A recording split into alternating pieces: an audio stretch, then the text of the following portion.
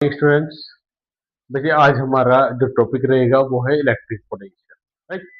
अब देखो जो एक बात समझो कि हमारे पास एक चार्ज है। हमारे पास एक चार्ज है क्यू। अगर इसकी वजह से देखिए स्टैटिक चार्ज है तो इसकी वजह से क्या होगा, इस रीजन में इलेक्ट्रिक फील्ड क्रिएट हो रही है ना। इलेक्ट्रिक फील्ड क्रिएट हो रही है। अब इलेक्ट्रिक फील्ड को एनालाइज करने का या डिस्क्राइब करने के दो तरीके हैं, या तो इलेक्ट्रिक फील्ड इंटेंसिटी या इलेक्ट्रिक पोटेंशियल से। तो आज हमें करना है इलेक्ट्रिक पोटेंशियल। तो इलेक्ट्रिक पोटेंशियल क्या है? The amount of work done, the amount of work done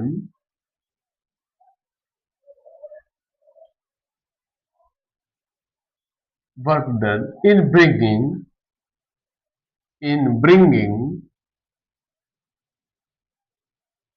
a unit positive charge or a given charge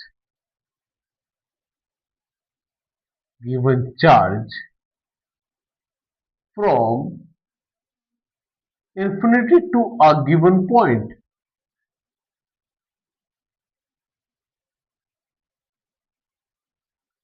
तो बच्चे हम यहाँ पर एक बार फिर डिफाइन करते हैं electric potential. Electric potential due to a charge at a point, electric potential due to a charge at a point is defined as the amount of work done in bringing a given charge from infinite to a given point। तो बच्चे देखो यहां पर एक और बात करेंगे, हम इसका एक फॉर्मूला लिख ले पहले हम थोड़ा सा।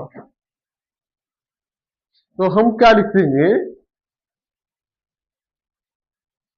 Electric potential V equal to W upon Q। ये एक जनरल फॉर्मूला बना देते हैं हम। ऐसा unit of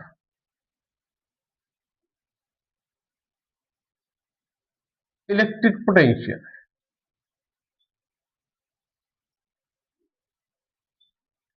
is volt, 1 volt equal to 1 joule upon 1 coulomb। It is a scalar quantity, it is a scalar quantity,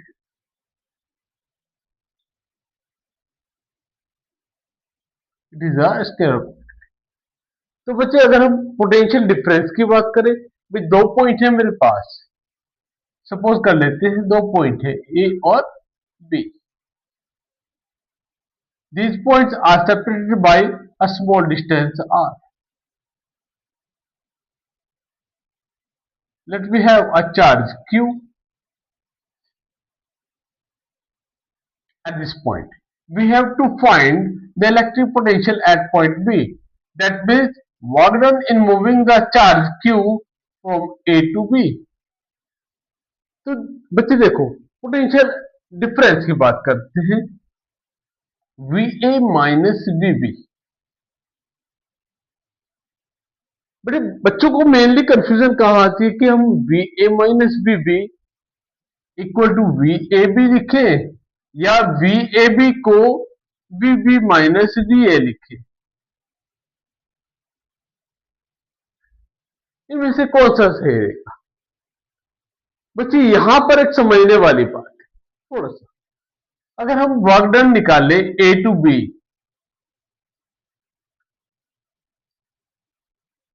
work done क्या होता है? Force into displacement.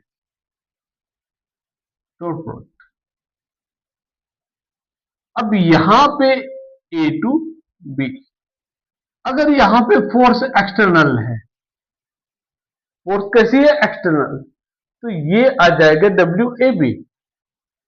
और अगर आप इलेक्ट्रोस्टैटिक फोर्स की बात करते हो तो यहां पर साइड कैसा आ जाएगा? Negative.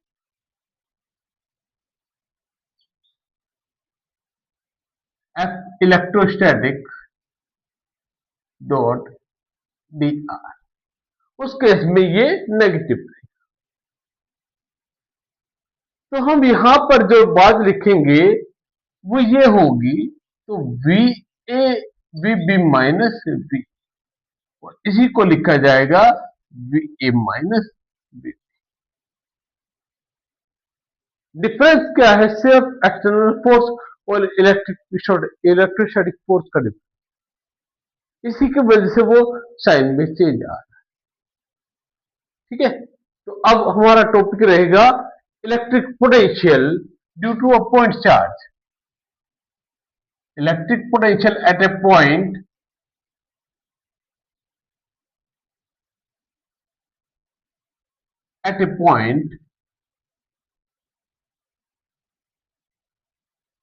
Due to a point charge.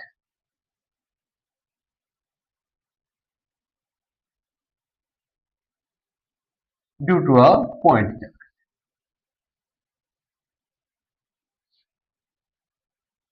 बच्चे देखो, यहां पर आप सपोज कर लीजिए एक चार्ज है Q plus Q at this point O।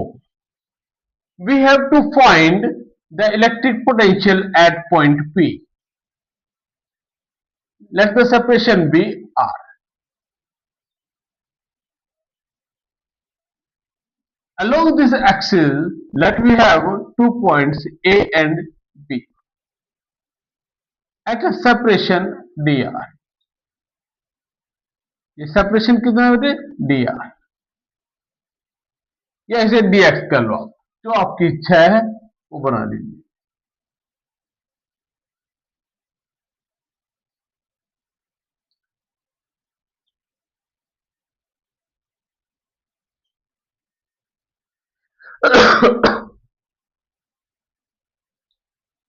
देखो बच्चों, let me have a point unit positive charge at A. बच्चे ये देखिए, ये कैसा चार्ज है? प्लस क्यू, पॉजिटिव है, तो फील्ड इंटेंसिटी कहां होगी? Outwards.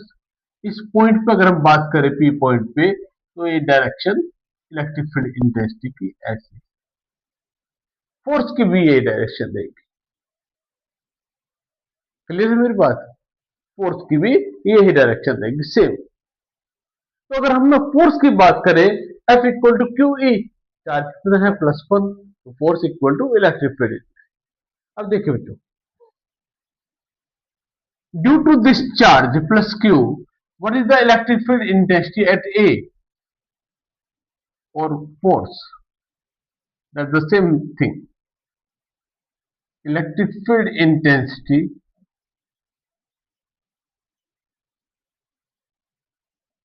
at A equal to Q upon 4 pi epsilon naught, और डिस्टेंस कितना है? x, ये आ जाएगा x स्क्वायर, और कहां है? Outwards along P। Small amount of work done, small amount of work done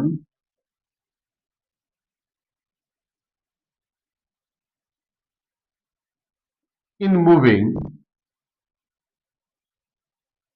+1 charge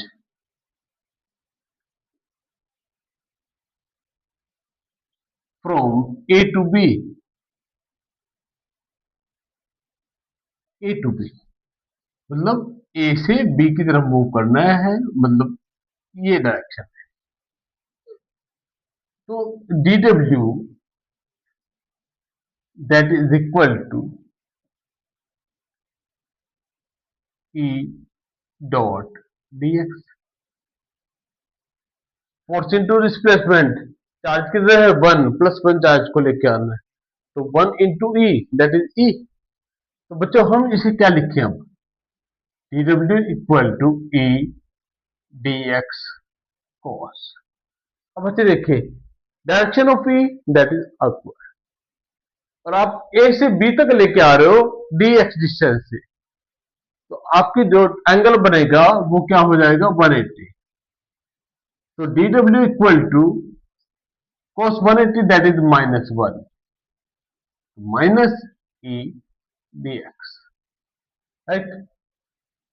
तो dw comes out to be -q upon 4 pi epsilon naught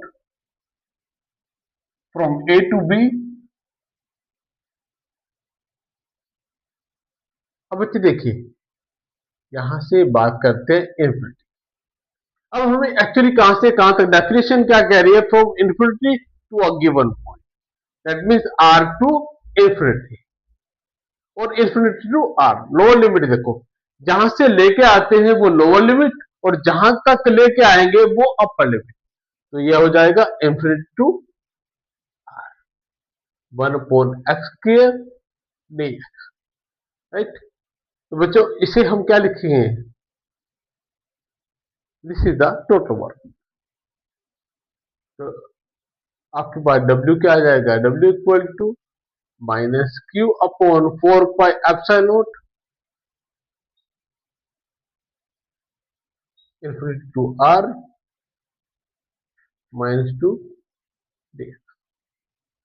ठीक है, तो बच्चे क्या आ जाएगा, W इक्वल टू, अभी समझ आ रहा है, कोई अगर डाउट है तो बोलो अभी। तो W equal to -q/4 pi epsilon naught और ये आ जाएगा x -2 +1 अपॉन -2 +1 और लिमिट आपकी इन्फिनिटी टू आर। कोई डाउट यहां तक बच्चे? इसके बाद हम क्या करेंगे, लिमिट को पुट कर देंगे, upper limit minus lower limit, ये हमारे पास आ जाएगा।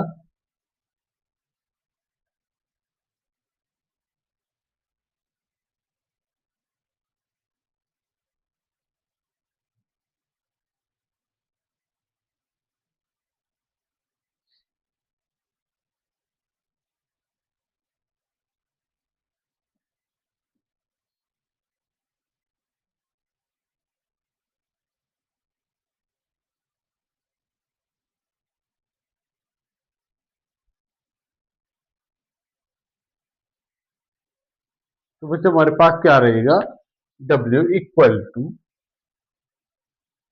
बेटे देखो यहां पर क्या है, -2 + 1 दैट इज -1 और बेटे -1 ये है तो ये प्लस हो जाएगा। तो W equal to q/4 pi epsilon, q/4 pi epsilon और ये आ गया हमारे पास बेटे 1/x limit r infinity to, which ये आ गया हमारे पास W equal to q/4 pi epsilon 1/r - 1/infinity। तो बच्चे ये क्या आ गया हमारे पास, W equal to q/4 pi epsilon r। This work done is equal to the electric potential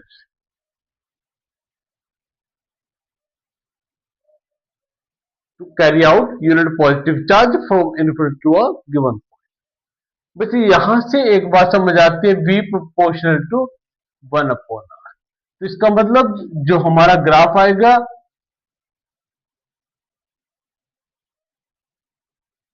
अगर हम R के लिए बात करें और V के लिए बात करें तो ग्राफ हमारा ये आएगा। तो यहां से एक बात क्लियर होती है कि for a point charge this potential is spherically symmetric और ये ड्रॉप होता जाएगा विद रिस्पेक्ट टू r। जिस जैसे डिस्टेंस बढ़ेगा आपका पोटेंशियल डिक्रीज करता रहेगा। अब बच्चे एक बात और समझ आती है, the electric potential depends on the nature of electric potential depends on the nature of the charge. अगर चार्ज पॉजिटिव है तो पोटेंशियल भी पॉजिटिव होगा और अगर चार्ज नेगेटिव है तो पोटेंशियल भी नेगेटिव। दूसरी बात, एक और चीज देखिए, जब r की वैल्यू 0 है, when r equal to 0 v equal to infinity, what is this result? When r equal to infinity v equal to 0, इसका मतलब इलेक्ट्रिक पोटेंशियल की मैक्सिमम वैल्यू क्या है, 0 और मिनिमम वैल्यू क्या है, सॉरी मैक्सिमम वैल्यू इन्फिनिटी और minimum value 0। Clear?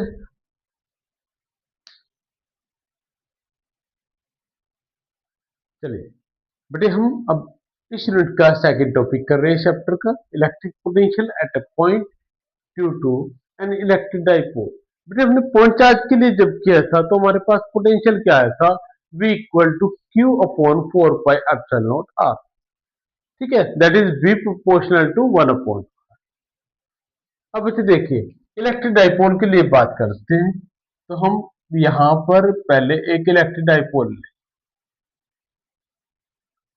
This is an electric dipole. Here the charge minus q, here the charge plus q. It is the center point O of the dipole. Let me have a point P. बच्चे यहां पर कोई point हम ले लेते हैं P. Makes an angle theta with this dipole. Dipole movement की direction क्या रहेगी, along this point from minus q to plus q direction. अब बच्चे ये आपका पोजिशन वेक्टर R, ये आपका R1 and from this point this is R2, this is A,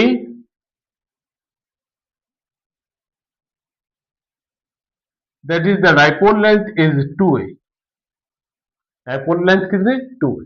अब हमें नेट पोटेंशियल क्या निकालना है इसको पॉइंट P पर, किसकी वजह से, डाइपोल की। दैट मीन्स पहले इस चार्ज की वजह से निकाल देंगे पोटेंशियल और फिर इस चार्ज की वजह से पोटेंशियल निकाल देंगे P पॉइंट। जो दोनों का रिजल्टेंट होगा, दोनों का सम होगा, that is the net potential at point P। चलिए, तो इलेक्ट्रिक पोटेंशियल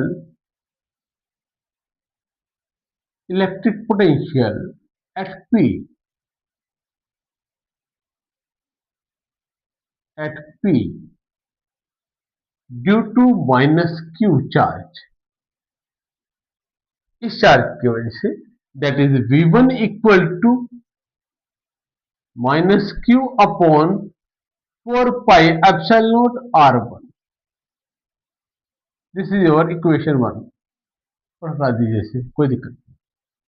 अब निकाल देते हैं electric potential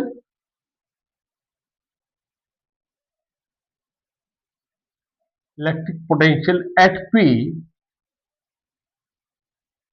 due two plus Q। बच्चे देखिए, पहले हमने क्या किया, माइनस Q की वजह से यहां पर पोटेंशियल निकालना। अब क्या कर रहे हैं, प्लस Q की वजह से निकाल देते हैं। भाई हमें पता है कि the nature of potential depends on the nature of charge. तो माइनस Q की वजह से क्या आया, minus Q upon 4 pi epsilon naught R1, plus Q की वजह से हम Q upon 4 pi epsilon not R2, ये रीजन। अब बच्चे देखें, हम नेट पोटेंशियल निकालते हैं, the net potential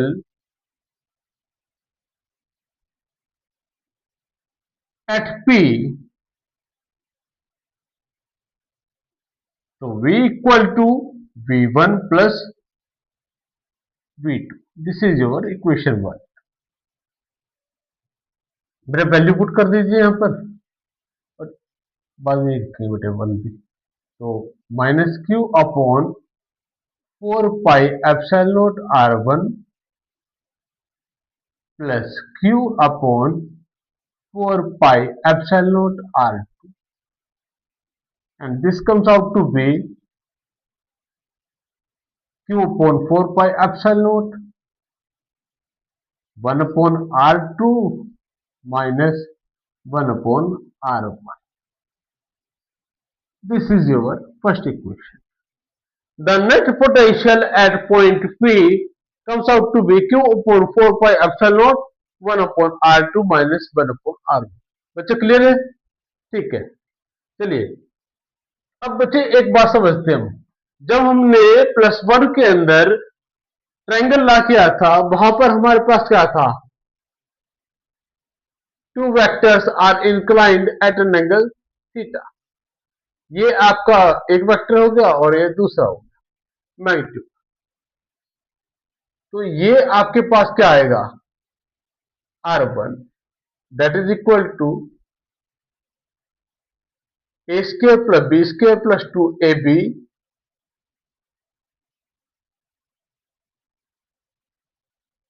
R1 square that comes out to this. तो बच्चे हम यहाँ पर एक सीधी सी बात लिखते हैं, by geometry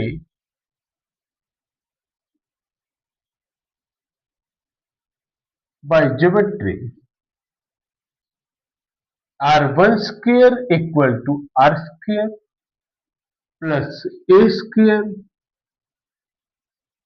plus 2RA cos theta.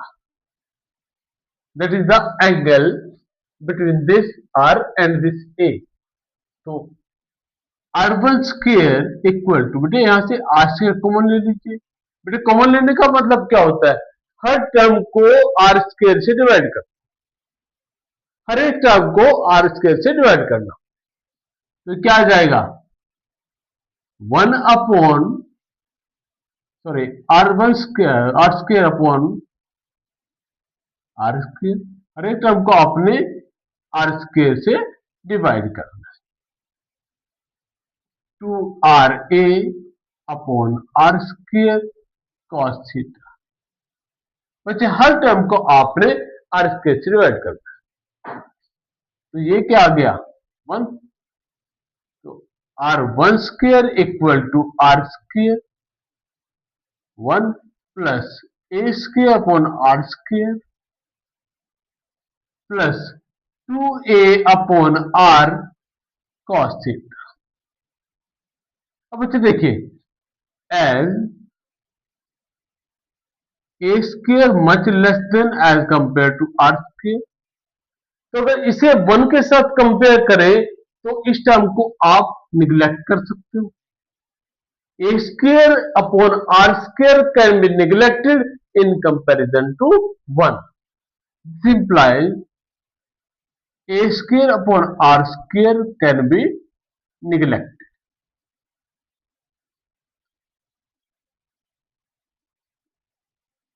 तो अगर हम निग्लेक्ट कर दें तो हमारे पास क्या आ जाएगा, R1 square equal to R square 1 plus 2A upon R cos theta.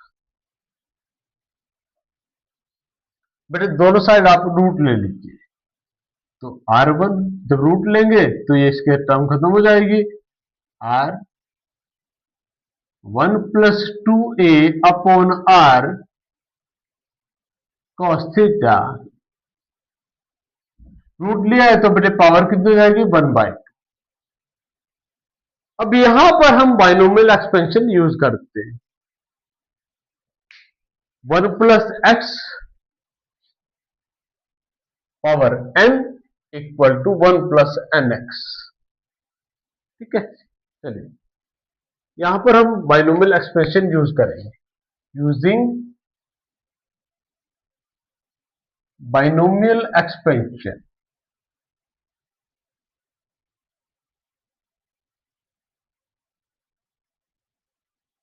बेटे बाइनोमियल एक्सपेंशन क्या है, 1 plus X power n equal to 1 plus N X. अब बच्चे यहां पर देखिए, आप 1 plus X power n, n कितना है, 1/2। तो R1 क्या आ जाएगा हमारे पास। अब बच्चे इसी चीज को थोड़ा सा और सिंप्लीफाई करते हैं, क्योंकि हमें यहां पर इक्वेशन 1 के अंदर वैल्यू किसकी चाहिए, 1 अपॉन R1 की। तो मैं यहां पर ही इसे सोल्व कर देता हूं, 1 upon R1 equal to 1 upon R 1 plus 2A upon R। बेटे रेसिप्रोकल लेना है तो मैं क्या करूंगा, पावर को -1/2 कर दूंगा, पावर को क्या कर दूंगा, -1/2। अब यहां पर अगर हम बाइनोमियल एक्सपेंशन यूज करें तो हमारे पास क्या आ जाएगा, 1 upon R1 equal to 1 upon R 1 minus 1/2 2a upon r cos theta, and this comes out to be 1 upon r1 equal to 1 upon r 1 minus, ये कैंसल आउट, तो a upon r cos theta, ये बेटे आपके पास 1 upon are one की value, क्योंकि आपको first equation के अंदर जो रिजल्ट है वहां पर 1 अपॉन आर वन और 1 अपॉन आर टू चाहिए। अगर हम 1 अपॉन आर टू निकालेंगे तो ये एंगल क्या आ जाएगा 180 माइनस थीटा। जब cos 180 माइनस थीटा पुट करेंगे that is equal to minus theta, और ये माइनस माइनस क्या हो जाएगा प्लस हो जाएगा, तो हमारे पास क्या आ जाएगा, similarly we can write 1 upon r2 equal to 1 upon r bracket 1 plus a upon r cos theta, using 2 and 3 equation number 1, बेटे सेकंड और थर्ड इक्वेशन को यहां पर यूज कर लीजिए, तो आपके पास क्या जाएगा, यूजिंग 2 and 3 in 1,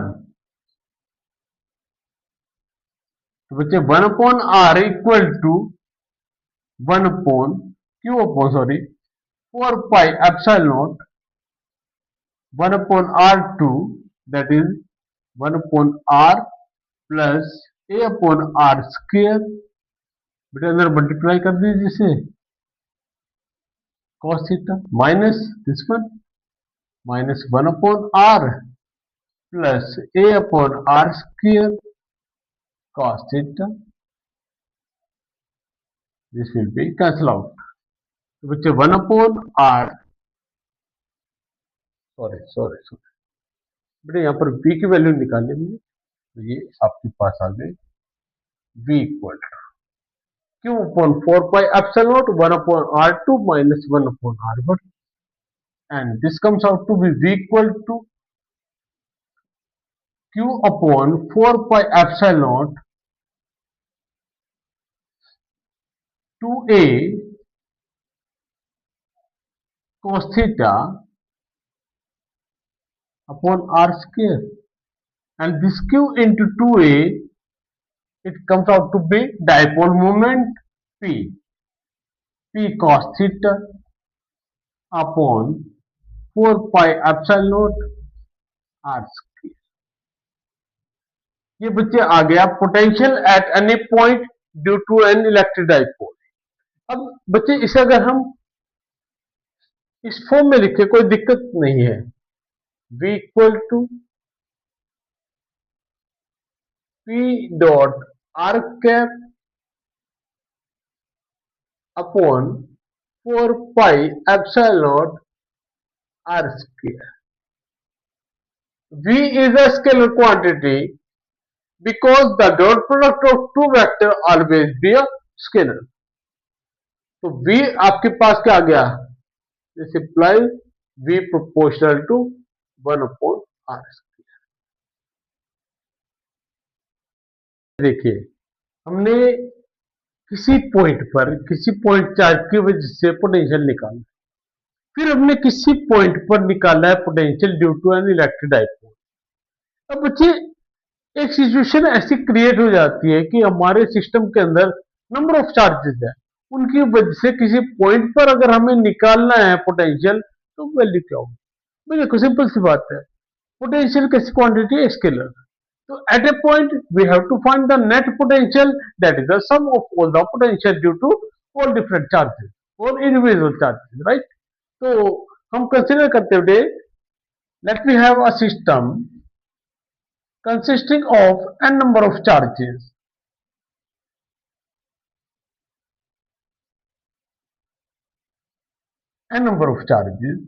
q1,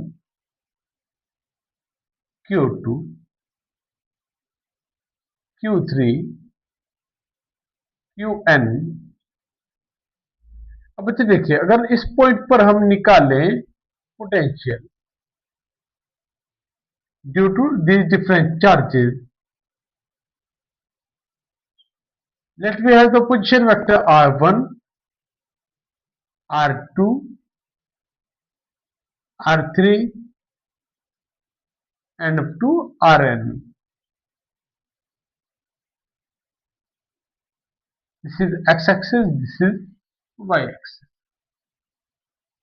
तो बच्चे देखिए इस चार्ज की वजह से निकालते हैं सबसे पहले electric potential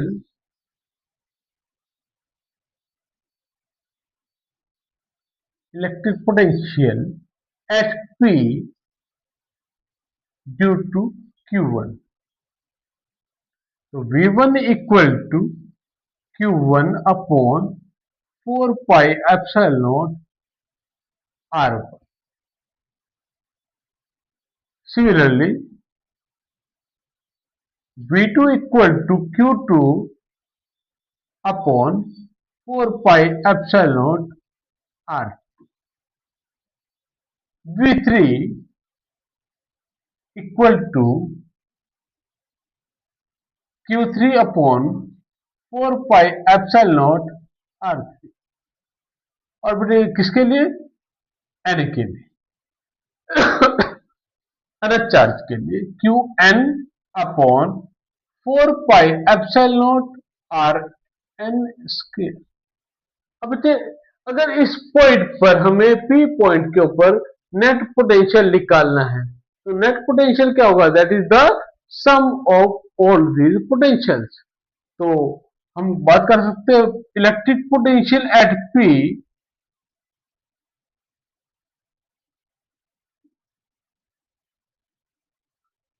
net electric potential at P.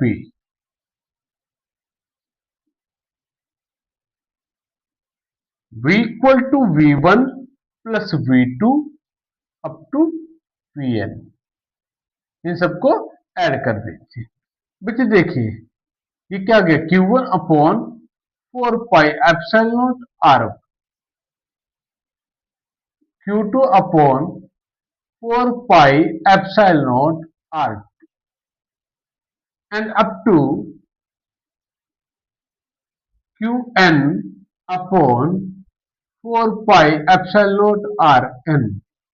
इन सबका सब कर दिया आपको सुपरपोजिशन प्रिंसिपल, सिंपल सी बात.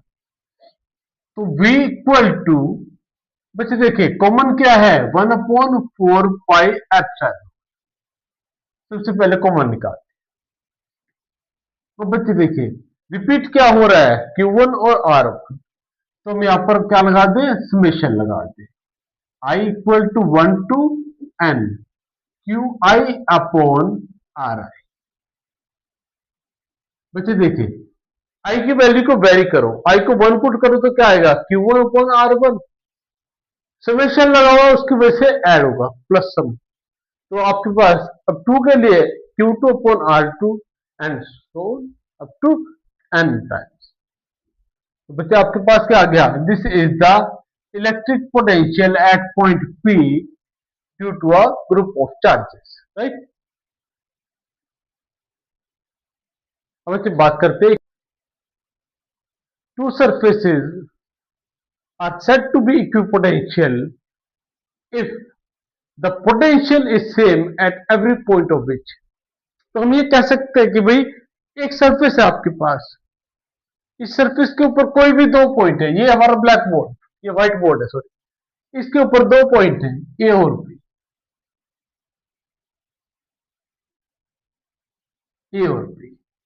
ए का पोटेंशियल है बी ए और बी का पोटेंशियल है B B. Suppose if the potential of point A and B is same, this surface is said to be equipotential.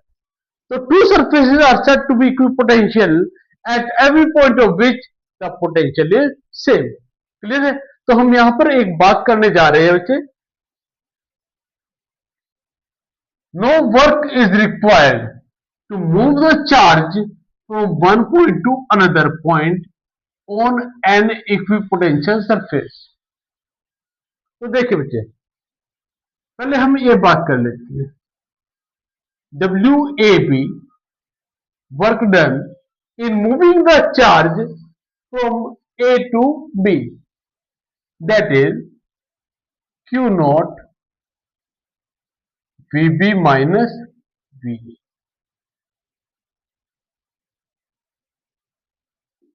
VB minus VA. Along this path 1. Now, if we move the charge along this path 2, so WBA comes out to be Q naught VA minus VB. Adding both these points, WAB plus WBA, that is equal to, जब add करोगे बेटे VB cancel VA cancel, तो ये क्या आ गया 0. That means no work is done in moving the charge from one point to another point on an equipotential surface. बच्चे इस चीज को हम एक और तरीके से समझ सकते हैं. अगर हम कहें कि भाई ये दो पॉइंट है ए और बी, अगर मैं वर्क डन की बात करूं, वर्क डन क्या हो जाएगा? Small work done in moving the charge from A to B, that is E dot dr integral from A to B to move a unit positive charge. अगर unit positive है तो 1 into E, ये क्या आ जाएगी? Force होता है. Clear है मेरी बात? अब बच्चे वर्क डन की बात आती है. Work done on an equipotential surface that is 0, तो E डॉट 0. तो हम ये भी कह सकते हैं कि भाई अगर हम नो कट, चलिए बेटे इसी चीज को हम एक और तरीके से समझ सकते हैं, बहुत सिंपल तरीके से. Let we have 2 points A and B. Work done in moving the charge, charge कितना है बेटे? चार्ज है 1, unit positive charge. Work done in moving a unit positive charge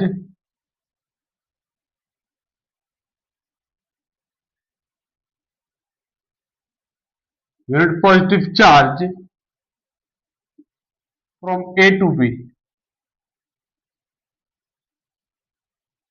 So dW equal to 1 into VB minus V. अब बच्चे देखो, at an equipotential surface,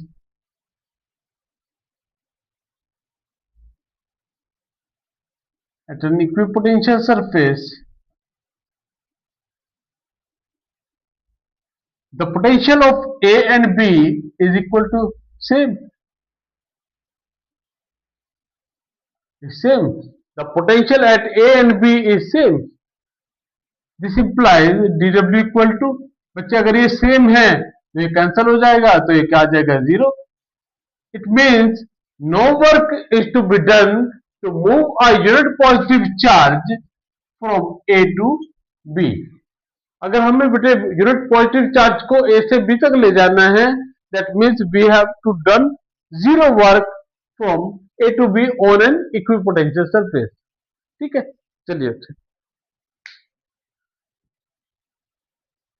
बेटे देखिए, अभी हम इक्विपोटेंशियल सरफेस कर रहे हैं.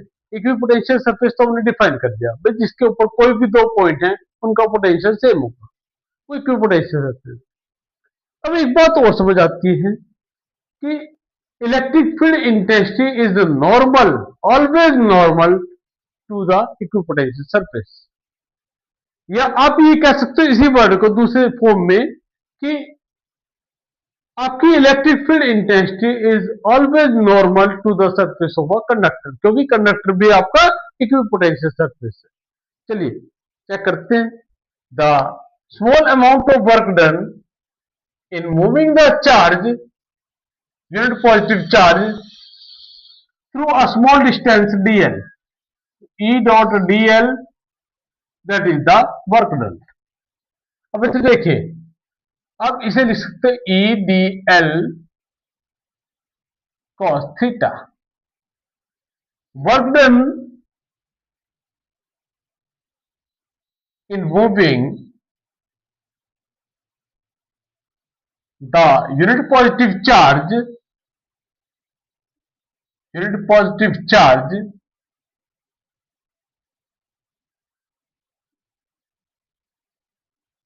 from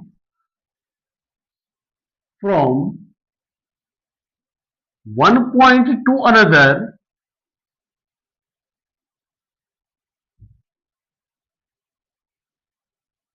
point to another on an equipotential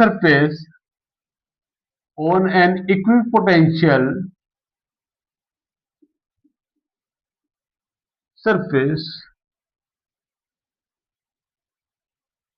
is zero. That is dw equal to zero.